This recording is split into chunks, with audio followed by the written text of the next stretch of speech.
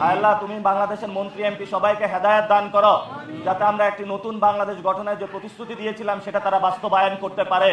হায় আল্লাহ যারা ভোট চুরি করেছে বাংলাদেশের মানুষে, হায় আল্লাহ যারা ইঞ্জিনিয়ারিং করেছে, হায় আল্লাহ তুমি পৃথিবীতে তাদের দৃষ্টান্তমূলক শাস্তি দাও, এবং মানুষের যে ভোটাধিকার তারা কেড়ে নিয়েছে মানুষের ভোটাধিকার তৌফিক দাও, যাতে আমরা ভোটাধিকার মানুষের ফেরত দিতে পারি। হায় আল্লাহ আমাদের অনেক সাংবাদিক ভাইদের উপরে চাকরি খেয়ে ফেলতেছে, আল্লাহ তুমি তৌফিক দাও যাতে হলো মনোজগৎ পরিবর্তন করে দেওয়া যাও, তাতে মালিক পত্র তাদের চাকরি আর না খায়। হায় আল্লাহ যারা জুলাইয়ের পক্ষে দাঁড়িয়েছিল সেই সাংবাদিক ভাইদেরকে শক্তভাবে আরো দাঁড়ানোর তৌফিক দান করো।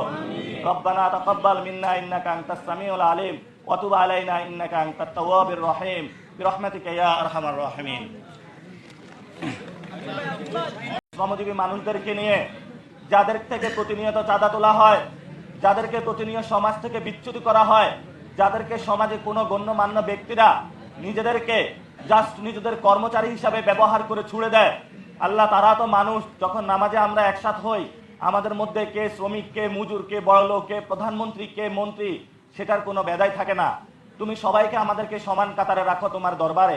হায় আল্লাহ তুমি তোমার দরবারে যেভাবে নামাজের মধ্যে আবার আমাদের সবাইকে সমান করে দাও, তেমনি ভাবে বাংলাদেশে শ্রমিক, ছাত্র, জনতা, প্রধানমন্ত্রী যারা আছে সবাইকে একই মানুষ হওয়ার তৌফিক দান করো।